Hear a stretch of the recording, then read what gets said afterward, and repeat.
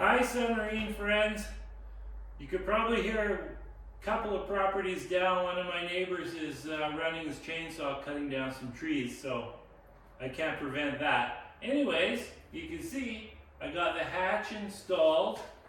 I built the hinge assembly and I installed the rotating spring. I actually got the springs from trailers that have the drop down ramps in the back. So it's just a big coil that rotates. They work fantastic for this.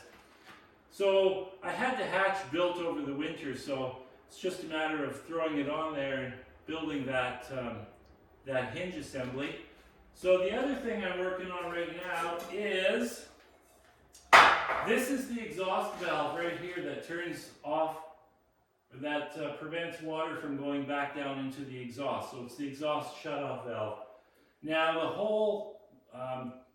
the whole exhaust system is water cooled, but I'm still concerned that this valve, it has these plastic seals, so it's a ball valve.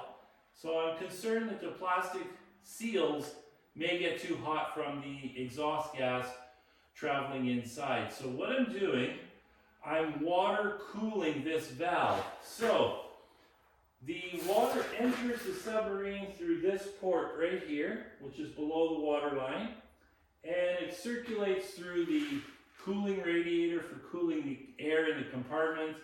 Then it heads to the engine to, no, I'm sorry, it doesn't head to the engine anymore because I've got a cooler in the back now. It heads to the exhaust manifold, then to the exhaust pipe, which is just a sleeved pipe with a water chamber around it.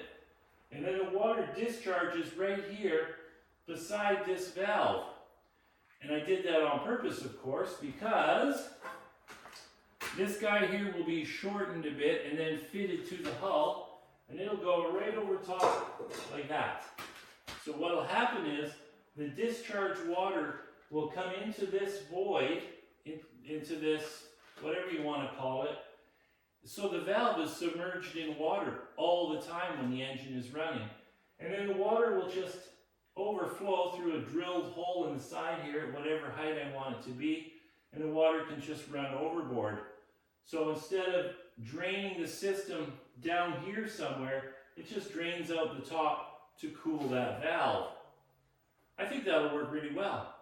I was going to make it so that I can turn the valve on and off from inside the submarine, but that's really not necessary. So I'm just, to keep it simple for now, I mean, it's an upgrade I can do any time.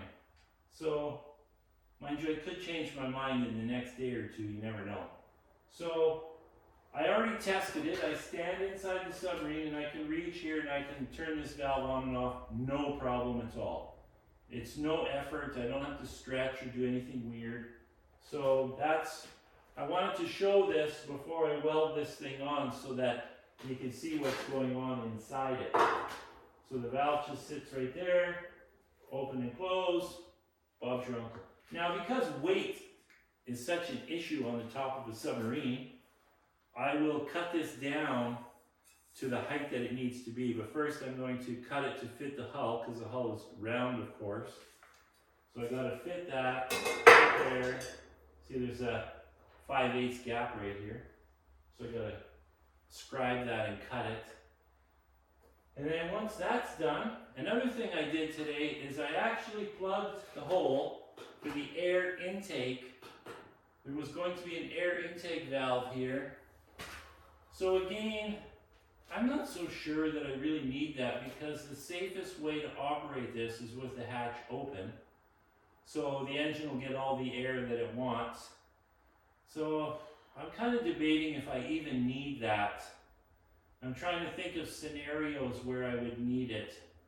I suppose if I surfaced the submarine and I had to start the engine and I couldn't get out because the waves were too big or something, then it would be beneficial. But I don't know. I got to think about that. Maybe somebody has some ideas on that.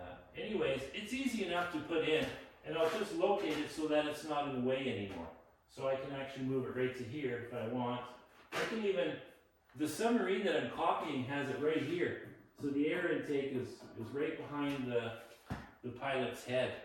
I don't know if I like that because you'd have this draft going down your neck all the time unless you could duct it.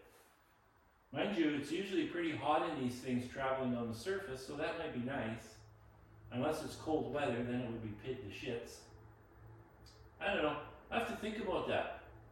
I got lots of time. I can add that anytime I want. But in the meantime, I gotta get this on here, and then I can get this area painted, and then I can put the deck back on, painted, and I can move on. I think I'm gonna make the rudder next though, just for a change of pace. I'm tired of working on all this. I have a short attention span, it seems. Anyways, that's what's going on. Ciao.